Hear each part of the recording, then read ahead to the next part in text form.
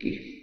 तो परमात्मा कहते हैं मैं गेल गेल लाग्या फिरता हूं, जब तक तुझे पार नहीं कर लूंगा इतना दम ले लूंगा।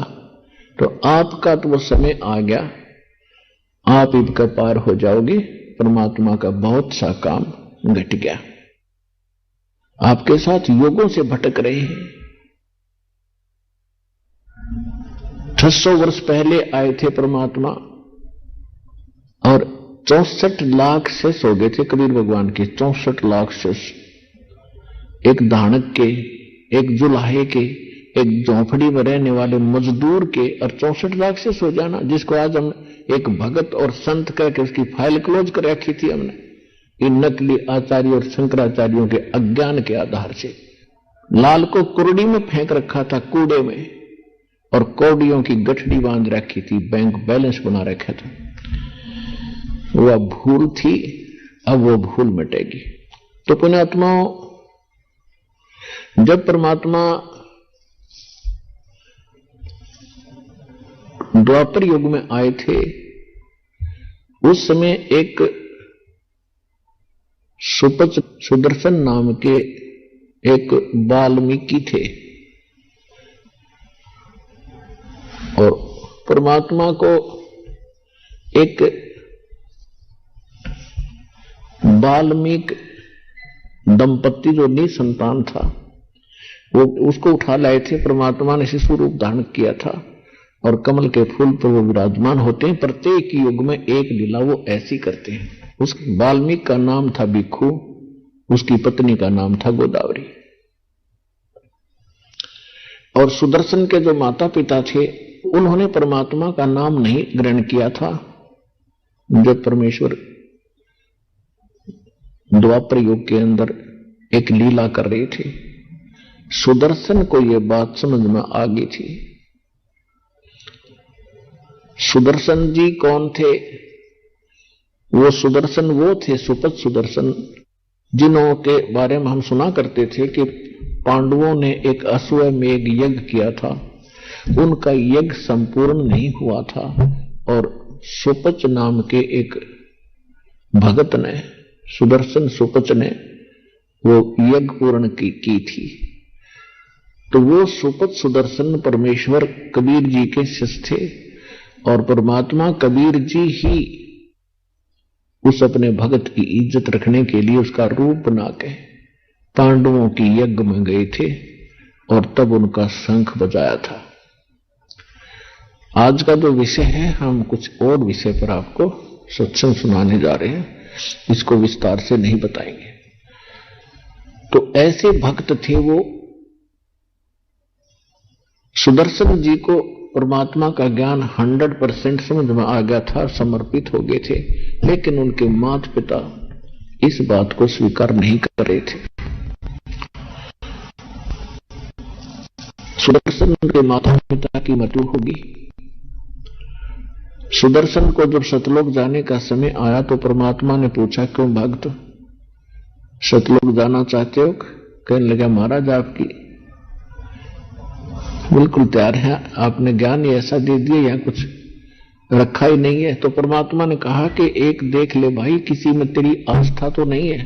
तो उस समय सुदर्शन भक्त ने कहा, परमात्मा मेरी कोई आस्था नहीं है, आपने ज्ञान ऐसा दे दिया कि तो एक दिन छोड़ना पड़ेगा, चाहे लाख वर्ष जीवन रह ले तो भी एक दिन मृत्यु होगी। इस संसार में रखा क्या है? लेकिन मेरे मन में एक बात रह रहकर कुचेट रही है, मेरे को परेशान कर रही है कि मेरे माता पिता बहुत ही नेक आत्मा थे, और दुर्भाग्य उनका रहा कि वो भगवान को पहचान नहीं सके। आपने भी बहुत उनसे विनय करी, दीक्षा लेने की, और मैंने भी जी तोड़ प्रयत्न किया अपने माता पिता से प्रार्थना करके नाम लेने की, परंतु उन्होंने दीक्षा ना दी। हे परमात्मा, मेरी एक हार्दिक इच्छा और प्रार्थना है कि उन पुण्यात्माओं को किसी जन्म में अवश्य ग्रहण करना, शरण में लेना दाता, जब उनका मनुष्य जीवन हुआ हो। मेरी यही एक तमन्ना है। परमात्मा ने सोचा कि अभी बच्चा कच्चा है, जहां आशा ता बासा हुई, माता पिता में ममता है और ये पार नहीं हो सकता जब तक इच्छा आपकी रहेगी संसार की।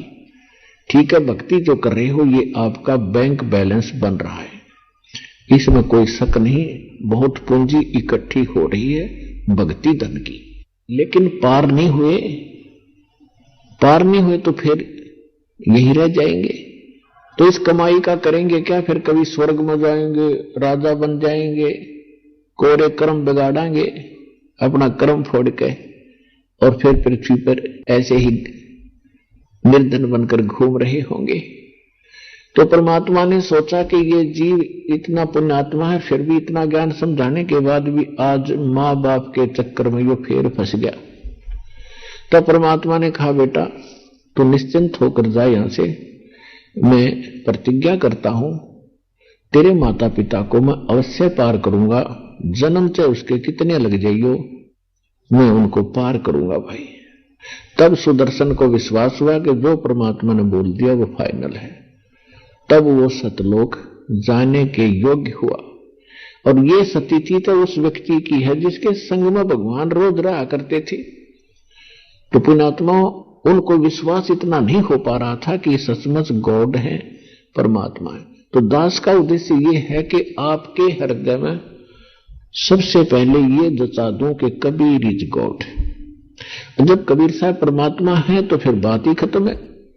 उनके सारे ज्ञान से ही, उनका विधान से ही उनकी जो साधना बताई वो भी श्रेष्ठ होगी, और जो उन्होंने स्थान बताया वो भी सच्चा पावेगा, सत्य मिलेगा। तो सुदर्शन जी के जो माता पिता थे वो अगले जन्म में ब्राह्मण के घर जन्म हुआ। दोनों का पुनः संयोग पति पत्नी का हुआ, उनके बच्चे फिर भी नहीं थे। इससे पहले भी उनके 1-2 जन्म हो चुके थे, लेकिन हम शॉर्ट में बताएंगे आपको, संक्षिप्त में जो हमने आवश्यक है। तो काशी के अंदर उनका जब जन्म था, गौरी शंकर सुदर्शन के माता पिता का नाम था, और सरस्वती उसकी मां का, यानी वही आत्माएं थी गौरी शंकर और सरस्वती। ब्राह्मण थे, बहुत ही नेक आत्मा थे, भगवान शिव के पुजारी थे, और भगवान शिव की जो शिव पुराण की कथा करा करते थे और निस्वार्थ भाव से कथा करते थे, किसी को मिसगाइड नहीं करते थे। और कथा करने से जो भी उनको उपार्जन होता था, धन प्राप्त होता था, उसमें से अपना निर्वाह भी करते थे और शेष बचे हुए को पुण्य में लगा देते थे। संग्रह संचन नहीं करते थे, जिस कारण से वहां की जनता, आसपास की जो श्रोता होते थे, उनके अंदर उनकी आस्था घनी होगी, वो बहुत ही महिमा के पात्र बने। प्रत्येक श्रद्धालु के मुख पर यह वचन था कि बहुत ही नेक ब्राह्मण है। इन अन्य ठगों की तरह ये ठगते नहीं है। अन्य ब्राह्मण जो कहते थे तुम्हारे पितर रुष्ट हो गए, 5 कपड़े दो, ऐसे श्राद्ध कराओ, 11 रुपये दो, ऐसा कर देंगे, तुम्हारा ऐसा कर देंगे, कहते ये ऐसा नहीं करते। जिस कारण से अन्य जो ब्राह्मण गुरु थे, जो रोजी रोटी के लिए ही अपना उद्देश्य लेकर के कथा आदि किया करते थे, वो गौरी शंकर से ईर्ष्या करने लग गए।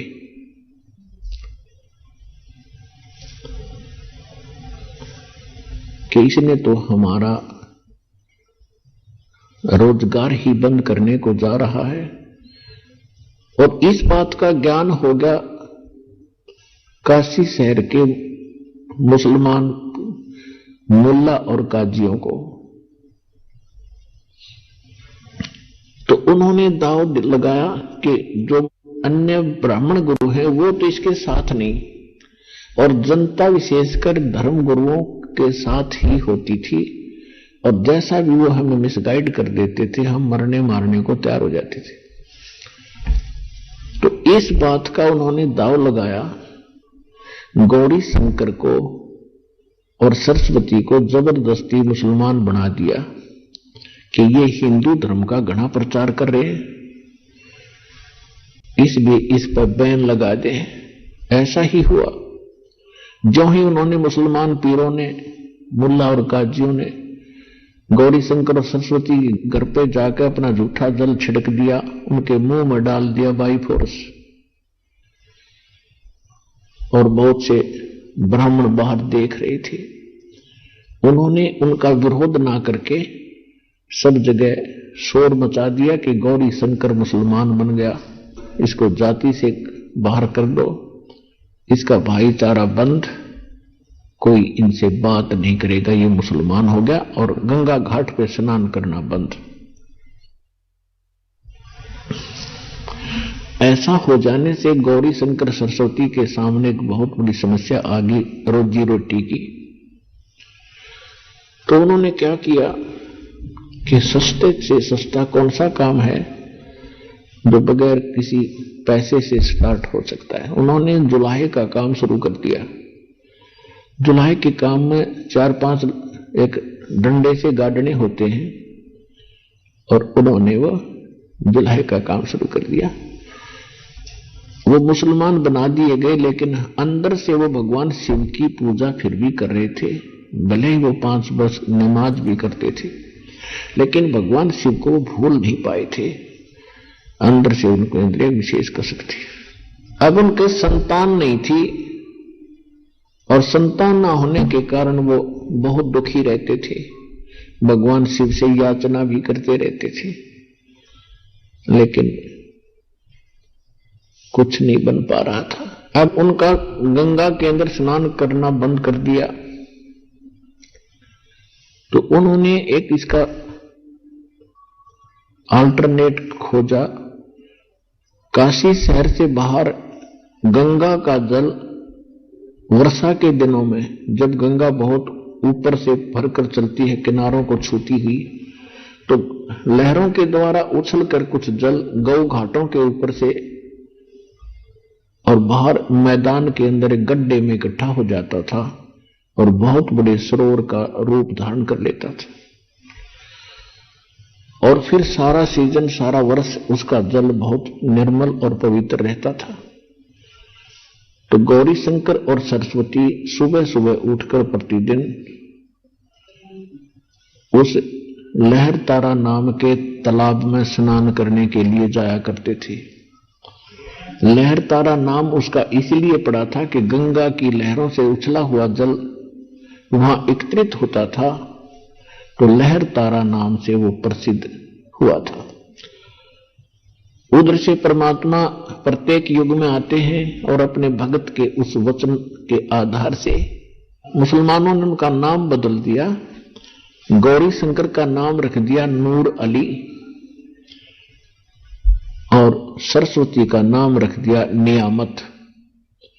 तो हम अपभ्रंश करके उनको नीरू और नीमा कहने लगे। अब हम नीरू नीमा इनको ज्यादा बोलेंगे क्योंकि ये ऐसे ही प्रसिद्ध थे। परमात्मा संवत 1455 ज्येष्ठ सुदी पूर्णमासी को सुबह ब्रह्म मुहूर्त में सतलोक से चलकर आए। एक शिशु रूप धारण किया और कमल के फूल पर विराजमान हो गए। उस समय काशी के अंदर ये भूत पूजाएं, आन उपासनाओं का बहुत जोर था। तो उस समय स्वामी रामानंद जी एक ब्राह्मण, कुछ सुलझे हुए ऋषि थे, उन्होंने भी आकर के वहां कुछ सुधार किया था। उन्होंने 1400 ऋषि शिष्य बना रखे थे। स्वामी रामानंद पंडित जी ने 1400 ऋषि शिष्य बना रखे थे, और जो उसने बता था वो ज्ञान बता रखा था, तो वो सभी प्रचार किया करते थे आसपास के क्षेत्र में। और काशी के भी उसने कई डिवीजन बना रखी थी, और उसमें एक एक अपना शिष्य ऋषि बैठा रखा था उनको प्रवचन और ज्ञान सुनाने के लिए। और किसके पुजारी थे? भगवान विष्णु के पुजारी थे स्वामी रामानंद जी। उनके शिष्य भी श्री विष्णु की कथा सुनाया करते थे, गीता की कथा सुनाया करते थे, राम और कृष्ण के किस्से सुनाया करते थे। तो उन्होंने कुछ सुधार किया था, फिर भी वहां कच्चापन था, इसलिए परमात्मा पहुंचे, क्योंकि हिंदू धर्म की आस्था का केंद्र और धार्मिक शिक्षा का केंद्र भी बनारस यानी काशी शहर ही रहा है। जिस कारण से परमात्मा ने वही अक्षेत्र, वही शहर चुना कि वहां बड़े विद्वान ऋषि रहते हैं। यदि उन्होंने मेरे ज्ञान को स्वीकार कर लिया तो मेरा काम आसान हो जाएगा। इसलिए परमात्मा सतलोक से चलकर आए और बनारस शहर के अंदर लहर तारा तालाब के अंदर विकसित कमल के फूल पर आकर विराजमान हो गए, एक शिशु रूप धारण करके। उधर से स्वामी रामानंद जी का एक शिष्य अष्टानंद नाम के एक ऋषि, वो प्रतिदिन उस लहर तारा तालाब के ऊपर स्नान करने के लिए जाया करते थे और कुछ देर वहां बैठकर उस शांत प्रिय अक्षेत्र में अपने गुरुजी के द्वारा बताई गई साधना को किया करते थे। उस दिन भी वो स्नान करके अपनी साधना करने के लिए बैठे थे, आसन लगाकर लहर तारा तालाब के किनारे पर घास पर। उधर से परमात्मा सतलोक से चलकर आए, एक शिशु रूप धारण करके। उनका बहुत तेज था। अब अष्टानंद जी अपना क्रिया साधना करने में तत्पर थे। उनकी अचानक दृष्टि आकाश में गई कि ऊपर से ये प्रकाश कैसे आ रहा है, कितनी गति से आ रहा है। उसने जो ही आसमान में देखा, उसकी आंखें चरम दृष्टि उस प्रकाश को सहन नहीं कर सकी। वो प्रकाश का गोला सा दिखाई दे रहा था। अब जैसे हम अपनी आंखों से सूर्य को कभी गलती से देख लेते हैं, दृष्टि पड़ जाती है, तो हमारी चरम दृष्टि सूर्य के उस तेज को सहन नहीं कर पाती और हम दूसरी साइड में जब नजर करते हैं तो सूर्य का प्रकाश रहित आकार हमें दिखाई देता है। ठीक यही स्थिति थी उस अष्टानंद ऋषि की हुई कि उसने देखा था एक प्रकाश का गोला, उसकी आंखें सहन नहीं कर सकी उस तेज को, और जो ही उसने आंखें बंद करी और साइड में की तो एक नवजात शिशु देखा, एक बालक का उसमें चित्र दिखाई दिया।